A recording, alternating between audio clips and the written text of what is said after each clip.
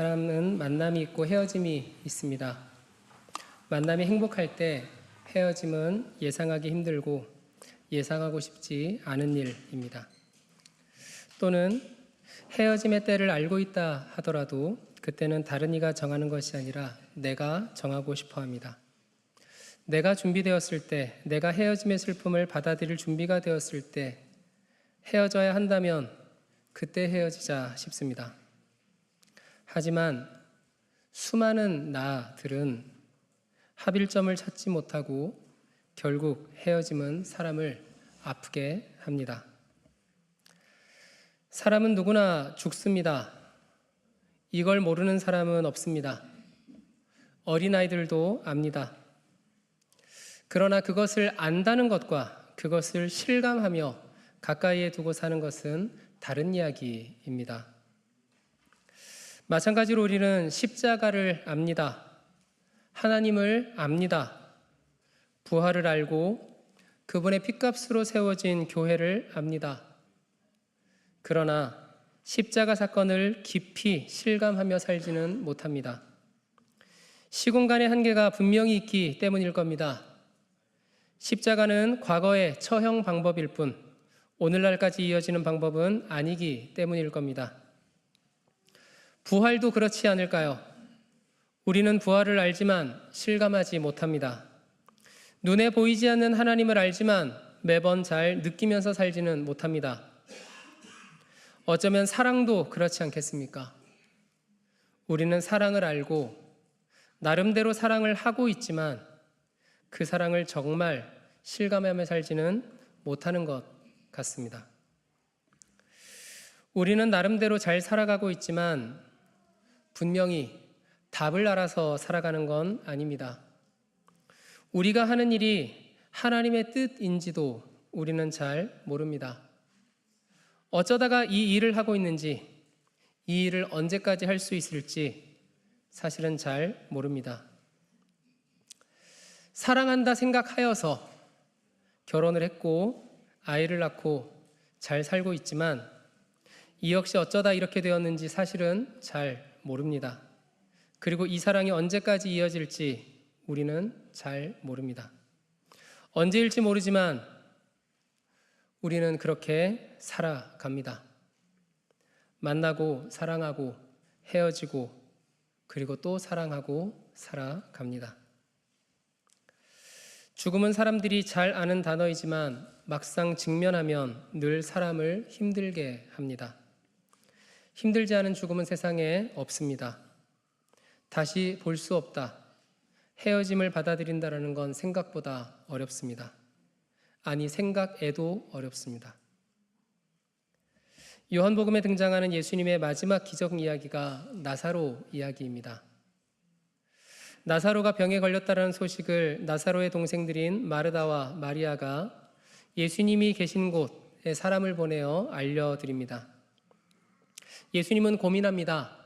왜냐하면 나사로가 사는 곳은 예루살렘과 가까운 유대 땅이었고 지금 예수님은 그 유대인들의 위협을 피해 잠시 피해 있었기 때문입니다. 나사로를 위해 유다 땅으로 간다는 건 본인에게는 위험한 일일 수 있기 때문입니다.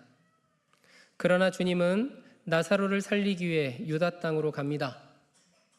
그렇게 도착한 시간에 나사로의 여동생 마르다가 나와 있었고 그 마르다가 왜 이제 왔냐는 듯이 예수님께 말합니다. 여동생이 예수에게 사람을 보내 알린 이유는 무엇일까요? 예수님의 능력에 대한 신뢰 때문일 겁니다. 그런데 나사로가 죽자 이를 예수님이 늦게 오셔서 죽었다라는 생각을 한 것 같습니다. 신뢰했지만 그 신뢰의 결과가 내 마음에 들지 않았을 때 우리는 그 신뢰는 곧 불평과 원망으로 바뀌어져 갑니다.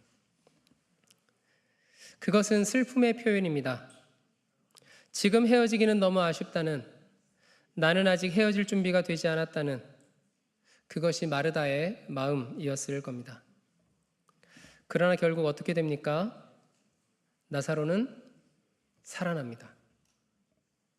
나사로의 기적이 말하고 싶은 메시지는 무엇일까요? 사람들은 죽지 않는 기적을 바랐지만 주님은 부활의 기적을 준비하고 계셨다는 것입니다. 우리가 알고 있는 세상에서는 죽지 않는 기적은 단 한 번도 없었고 앞으로도 없을 겁니다. 부활의 기적은 있습니다. 사람은 자기 인식 안에서 하나님께 무언가를 바랍니다. 나사로의 동생 마르다는 죽음이 미루어지기를 바랬습니다. 그러나 주님은 그 인식을 벗어난 방법으로 죽음을 미루는 것이 아니라 그 죽음 너머에서 부활의 기적을 베풀어 주십니다. 그러니 내 뜻대로 되지 않는다 하여 너무 낭망하지 말아야 합니다. 하나님을 믿으니 또 나를 믿으라. 하나님이 이루실 일을 신뢰하는 것, 그것을 먼저 배워야 합니다. 죽음을 미루는 건 마르다가 생각한 답이었고, 죽은 나사로를 부활하는 건 그것은 주님이 생각한 답이었습니다.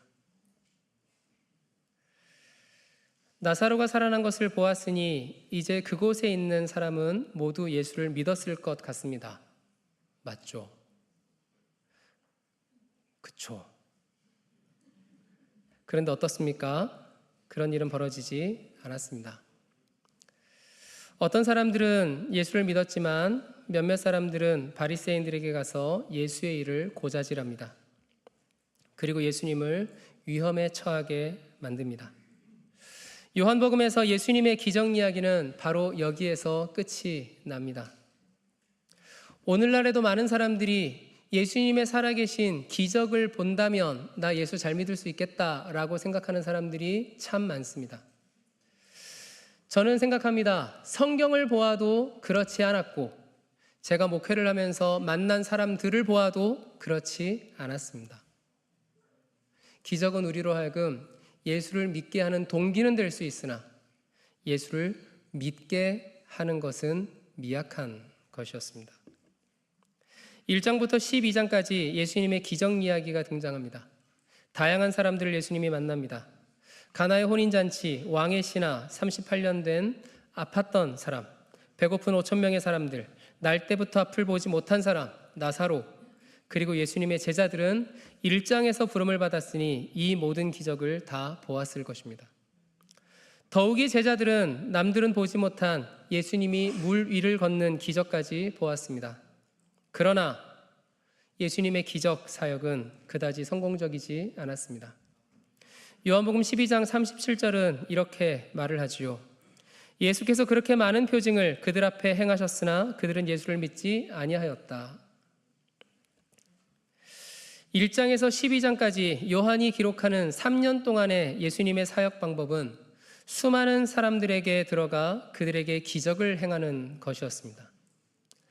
말씀과 기적 중에 선행된 것은 말씀이 아니라 기적이었습니다. 기적을 베풀고 그리고 말씀을 전했습니다. 그리고 사람들은 그 말씀이 싫어서 떠났습니다. 기적을 바라는 것이 꼭 나쁘다는 것이 아닙니다. 다만 예수님이 슬퍼하신 것은 기적만 바라는 신앙입니다. 요한복음 6장에서 우리가 잘 아는 오병이어 사건이 일어납니다. 그리고 무리는 배를 타고 예수님을 따라오죠. 그들을 만난 예수님은 환영이나 반가워하지 않습니다. 왜 그런가요?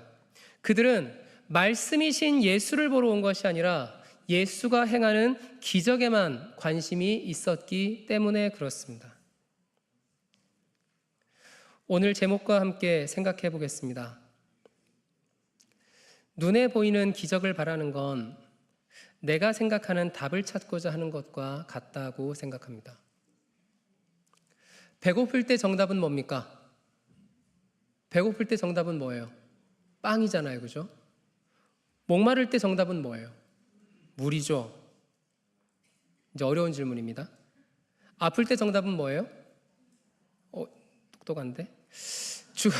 죽을 것 같을 때 정답은 뭐예요? 생명입니다. 모를 것 같아 제가 대답했습니다. 그러나 이 모든 상황 속에서 주님은 늘 그것을 정답이라고 말하지 않았습니다.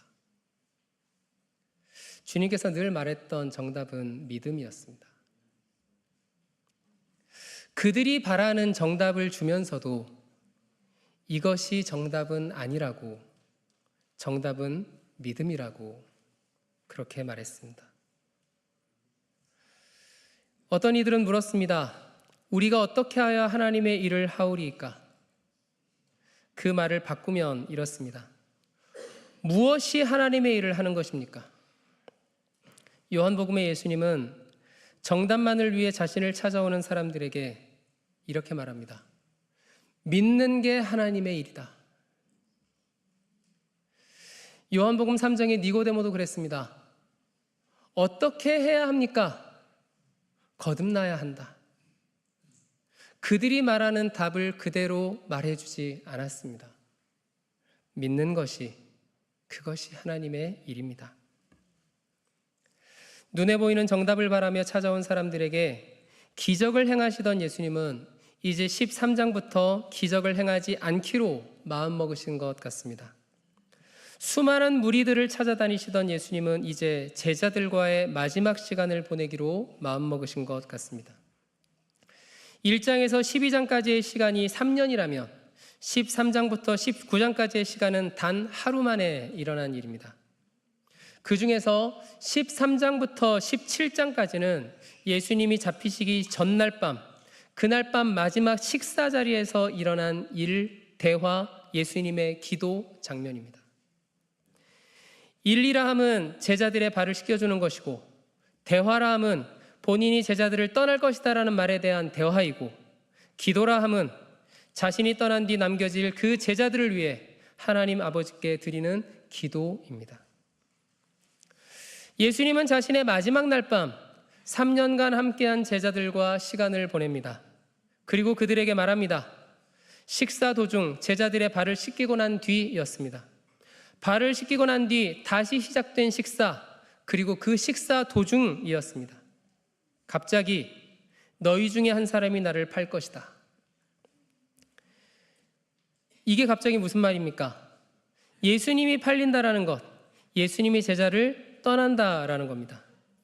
제자들의 입장에서는 어디로 갈지도 모르는 곳입니다. 이런 제자들에게 예수님은 유언 같은 말을 계속합니다. 이미 우리는 다 알고 있습니다. 예수님이 이렇게 죽으신다라는 것을 다 알고 있습니다. 그래서 우리는 그것을 유언 같은 말씀으로 이해합니다. 그러나 예수님이 떠날 것이다라는 얘기를 들었을 때 그 사람들은, 그 제자들은 이것이 예수님의 유언이라고 듣지 않았을 겁니다. 예수님의 그 이별 통보는 제자들에게 청천벽력 같은 소리였을 겁니다. 예수님과의 헤어짐 앞에서 제자들은 어떤 마음이었을까요? 14장 1절의 표현대로라면 근심입니다. 근심이라는 헬라어는 타라소라고 하는 헬라어인데 기본 뜻이 흔들다라는 뜻이에요. 흔들다, 요동치다, 괴롭히다. 그 흔들림은 어떤 흔들림이었을까요? 어떤 요동침이었을까요? 어떤 괴로움이었을까요? 단순히 서운하다는 느낌을 넘어선 것 같습니다. 그래서 오늘 우리가 읽은 16장 1절에서의 실족할 만큼의 슬픔입니다. 내가 이것을 너희에게 이름은 너희로 실족하지 않게 하려 함이니. 이것을 세번역 성경은 넘어지다로 번역했습니다. 요동쳐서 넘어질 만큼의 슬픈 마음을 뜻합니다. 자신과의 이별 앞에서 넘어지지 않기를 바라는 예수님은 그 바로 앞절에서 보혜사 성령님이 오셔서 예수를 위하여 증언할 것이라고 했습니다. 제자들은 예수님 없는 세상을 상상하기 어려웠습니다. 그들에게는 흔들려 넘어질 것 같은 마음이었습니다. 예수님은 그들의 흔들리는 마음을 부정하지 않습니다. 그러나 그 실족함에 대해서는 부정합니다. 예수님과의 헤어짐이 걸려 넘어짐이 되지 않기를 바랍니다. 흔들릴지라도 넘어지지 않기를 바라는 마음입니다. 예수님의 자리는 이제 보혜사 성령님이 함께할 것이고 그렇게 제자들을 다독입니다. 그러나 제자들은 자신이 생각하는 정답만을 바랄 뿐입니다. 나사로의 부활 사건에서도 알 수 있듯이 마르다는 죽음이 미뤄지는 기적을 바랬습니다. 그러나 예수는 부활의 기적을 준비했습니다. 마르다에게 정답은 죽지 않는 것이었지만 예수님은 부활을 보여줘야 된다라고 생각하셨습니다. 마찬가지입니다. 제자들은 예수와 함께 다니며 그의 능력과 사랑 안에 거하기를 바라고 그것만이 정답이라고 생각하지만 주님은 십자가를 준비하고 보혜사 성령의 오심을 준비합니다. 그리고 이 땅에 우리들에게 주어진 유일한 소망, 부활을 준비합니다. 이렇게 제자들이 생각하는 정답과 주님이 생각하는 정답은 달랐습니다. 그런데 예수님은 알았습니다. 예수님이 떠난 뒤에 제자들이 겪을 어려움을 잘 알고 있었습니다. 오늘 우리 성경 16장 2절 우리 다 같이 읽어보겠습니다. 시작. 사람들이 너희를 출교할 뿐 아니라 때가 이르면 무릇 너희를 죽이는 자가 생각하기를 이것이 하나님을 섬기는 일이라 하리라. 2절에서 출교라는 말은 헬라어 아포시나고고스라고 하는 단어입니다. 이렇게 붙여놓으니까 무슨 말인지 모르겠는데 떼어놓고 보면 여러분들도 알고 있는 단어입니다. 이 단어는 요한복음에만 나오는 말입니다. 아포라고 하는 것은 분리된 이라는 뜻의 전치사이고요. 시나고게는 회당이라고 하는 뜻입니다. 그러니 회당에서 분리된다라는 거예요. 이 본문은 요한복음이 쓰여진 시대에 있었던 여러 복잡한 일들이 배경에 깔려 있습니다. 1세기 기독교 역사를 연도별로 한번 생각해 보겠습니다. 예수님이 죽으셨던 해를 AD 30년경으로 봅니다. 바울이 핍박자로 살았던 시간이 아마 이후부터 AD 35년까지였을 것으로 보여집니다. 전도자로 살던 바울이 죽은 해가 AD 64년이고요.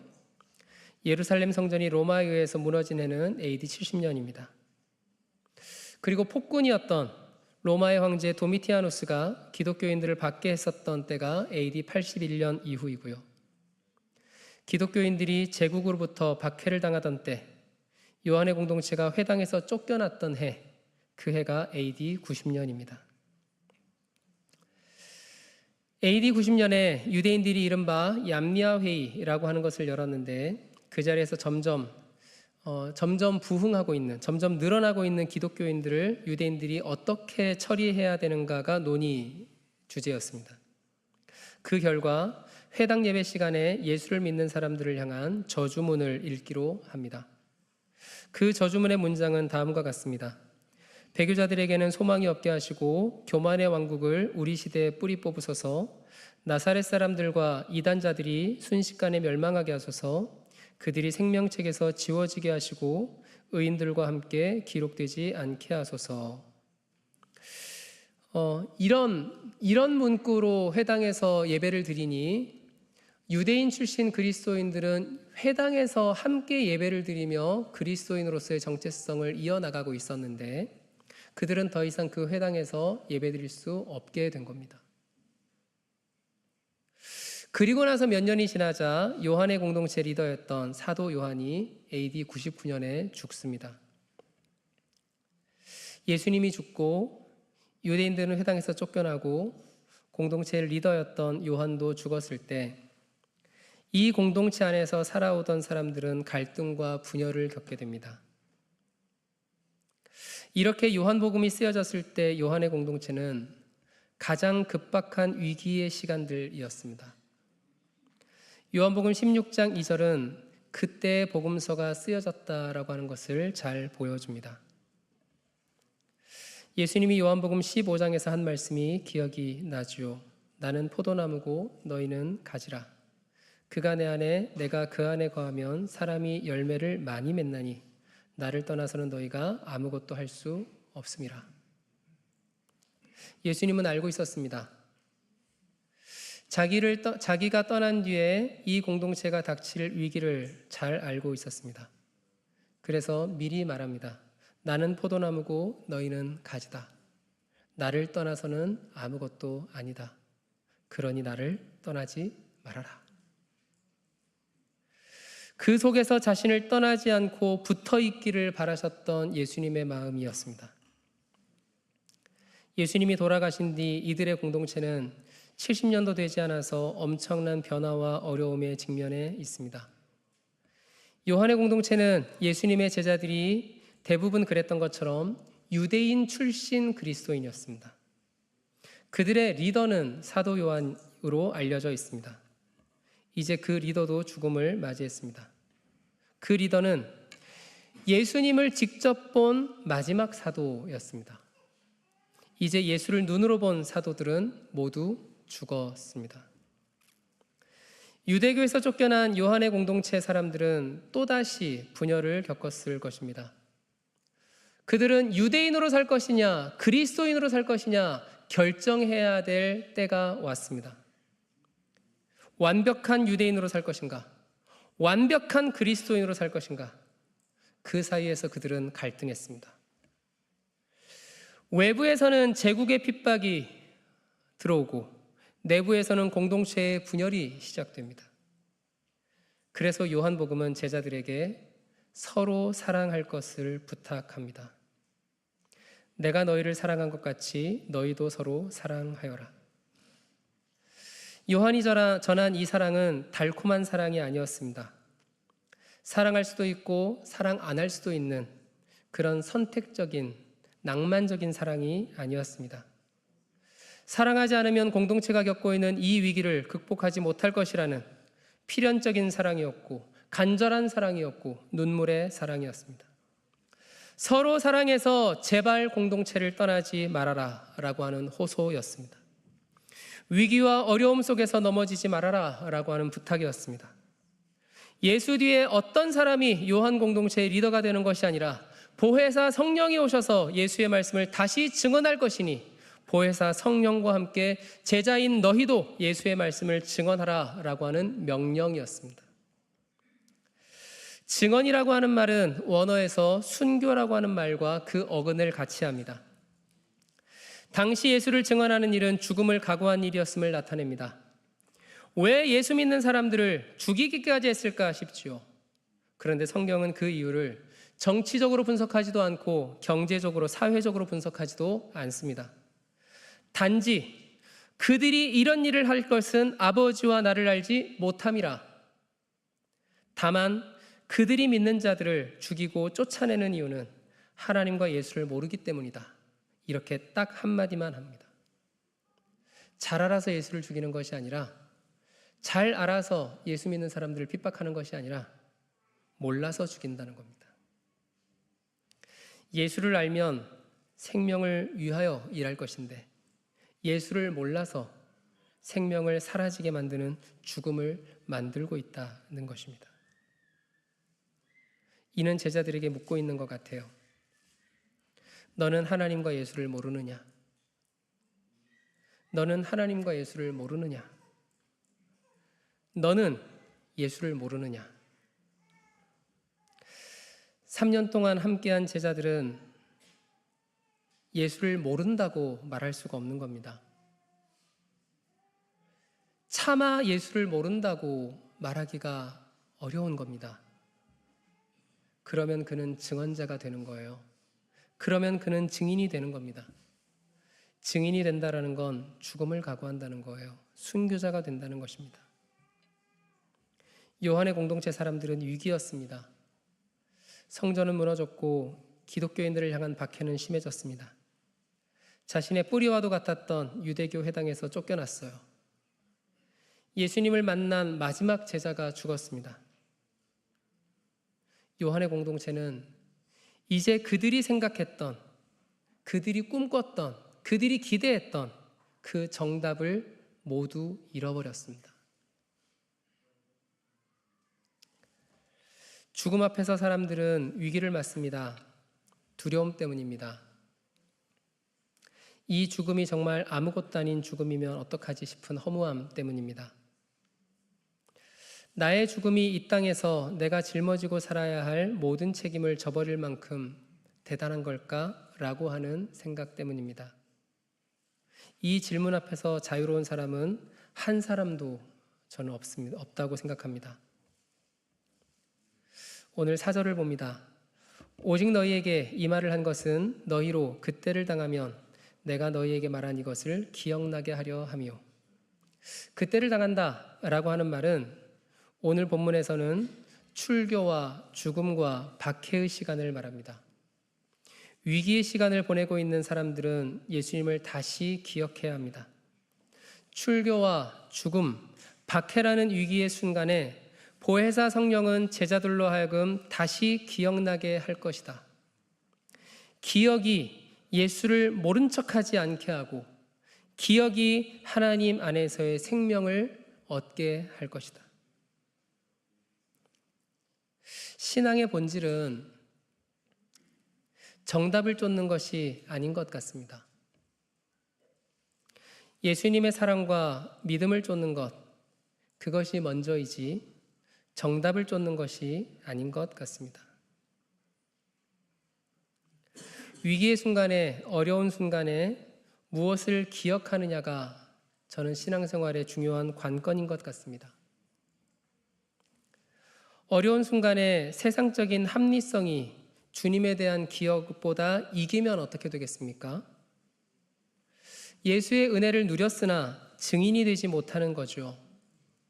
그런데 그 어려운 순간에 감사가 생각나면 어떻습니까? 사랑이 생각나면 어떨까요? 내가 받은 은혜가 기억나면 어떻겠습니까? 그러면 힘든 와중에도 구원이 내 영혼에 침투하는 시간일 겁니다. 저와 여러분, 이 세상을 살아가는 모든 사람들은 저는 답을 가지고 살아가는 사람들이 아닌 것 같습니다. 요한복음에서 자신의 답을 갖고 살았던 사람들은 모두 예수님을 받아들이는데 실패했습니다. 요한복음 3장에서 니고데모가 그랬고 자신만만하게 예수를 따르겠다 답을 가진 사람처럼 활동했던 베드로가 그랬습니다. 예수 공동체의 회개를 맡았던 가룟 유다도 실패했습니다. 수많은 바리새인들, 서기관들, 이미 자신들이 가지고 있는 답을 가지고 있었던 그 유대인들은 모두 예수님을 부인했지 받아들이지 않았습니다. 그들은, 예수를 거부했던 사람들은 자기 답을 갖고 있었거든요. 내 답을 갖고 있었거든요. 내 답과 주님의 답이 맞으면 오케이인데 내 답과 예수님의 답이 맞지 않으면 절대로 받아들일 수 없었거든요. 그러나 정답이 없는 인생들은 예수님을 받아들였습니다. 사마리아 여인과 그 땅에 사는 사람들, 38년 동안이나 아팠던 사람들, 앞을 보지 못하는 사람, 나사로와 그의 가족들, 이런 사람들은 자기가 갖고 있는 정답을 갖고 있지 않았던 사람들은 예수를 받아들였습니다. 그리고 예수와의 관계 속에서 새 생명을 얻었습니다. 여러분이 생각하는 정답은 무엇입니까? 우리 각자는 답을 찾아 살아왔지만 지금 내 자리의 정답인지는 아무도 모릅니다. 공부할 때는 공부 잘하는 것이 정답이었고 사회인이 되어서 돈 버는 게 정답이었습니다. 가족을 이루고 살았더니 가족의 건강과 안정이 정답이 됩니다. 배고픈 자에게 떡이, 목마른 자에게는 물이 정답인 것처럼 우리는 그렇게 그것이 정답이라고 생각하고 살아왔습니다. 그러나 예수님의 말씀을 다시 기억해야 됩니다. 그것들은 필요한 것이지 정답이 아닙니다. 예수 안에서 믿음이 정답입니다. 내가 생각했던 그것들은 그 순간은 분명히 정답이었지만 내가 평생 소유할 수 있는 정답은 아니었습니다. 공부가 우리를 자유케 했던가요? 돈이 우리를 자유케 했던가요? 육신의 건강은 그리 오래 유지되는 것이 아니라는 걸 우리는 살면서 잘 알게 됩니다. 오늘 말씀을 제 언어로 풀어보겠습니다. 내가 쫓던 정답을 잃었다고 생각될 때 넘어지지 말아라. 사람들이 너희를 미워하고 쫓아내고 심지어 죽이려 할 때에도 넘어지지 말아라. 그들이 이런 일을 하는 것은 하나님과 예수를 모르기 때문이다. 너희는 예수를 아는 사람들이니 넘어지지 말아라. 정답을 잃고 넘어지려 할 때에는 그의 사랑을 기억해라. 실족하지 말아라. 넘어지지 말아라. 예수를 떠나지 말아라. 20세기 최고의 신학자 중 한 사람으로 불리는 스탠리 하워스라는 미국의 기독교 신학자가 있습니다. 그는 정신질환을 앓고 있는 아내를 24년 동안 지켰습니다. 그 사이에서 아들이 한 명 있었는데 그는 이렇게 말합니다. 나는 아들을 지켜야만 했다. 결국 아내는 스스로 목숨을 끊었습니다. 그리고 그 속에서 그가 느낀 마음의 어려움이 컸습니다. 그는 이미 노년으로 접어들었고 그의 젊은 날은 방황과 슬픔, 때로는 불평, 그것으로 가득했습니다. 그의 나이 70세에 자신이 살아온 삶과 신학의 여정을 책으로 쓴 것이 한나의 아이라는 책입니다. 그는 자신이 겪은 고통 속에서 신앙이란 무엇인가에 대해서 이렇게 말을 합니다. 신앙은 답을 모른 채 계속 나아가는 법을 배우는 길이다. 신앙은 답을 모른 채 계속 나아가는 법을 배우는 길이다. 답이 있어서 신앙생활을 하는 것이 아니라 내게 주어진 삶의 자리에서 답을 못 찾겠어서 그래서 하나님 의지하고 하나님 바라보며 오늘 걸어갈 수 있는 힘을 받는 겁니다. 여러분, 신앙인은 답이 분명해서 살아내는 사람이 아닙니다. 분명한 답은 하나님을 신뢰하며 사는 사람입니다. 내가 생각하는 답을 하나님께 그리고 다른 사람들에게 강요하는 건 내가 넘어지는 길이기도 하고 다른 사람을 넘어지게 하는 길이기도 합니다. 신앙인은 그저 하나님께 받은 은혜의 기억으로 사는 사람입니다. 그 기억으로 주님을 따르는 저와 여러분이기를 바랍니다. 우리가 다시 돌아가야 한다면 내가 꿈꾸었던 정답을 얻지 못해서 아쉬운 마음이 아니라 내가 꿈꾸었던 정답이 아니었음에도 불구하고 나를 살게 하신 하나님 앞에 그 사랑과 은혜에 대한 기억으로 돌아가야 됩니다. 우리는 여전히 답을 모르지만 살아갑니다. 우리는 여전히 방황하는 존재이지만 살아갑니다. 우리가 그렇게 살아갈 수 있는 이유는 예수 그리스도, 나에게 은혜 베풀고 나에게 사랑 주셨던 그 사랑을 세상은 모르지만 내가 믿기 때문입니다.